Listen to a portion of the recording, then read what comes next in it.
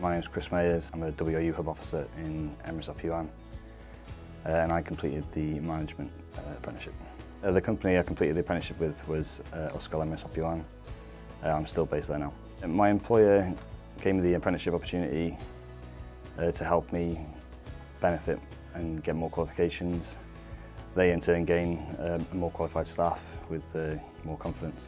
The support I had during this apprenticeship was really good. Yeah, they're just always on hand. Like if I was struggling with an assignment or with certain parts of the qualification, they were at the end of a phone or email. Obviously in my job role it's busy, so they worked around me rather than having to enforce certain times. If I couldn't attend a session, they'd easily rearrange and things like that, so it just made it a lot easier.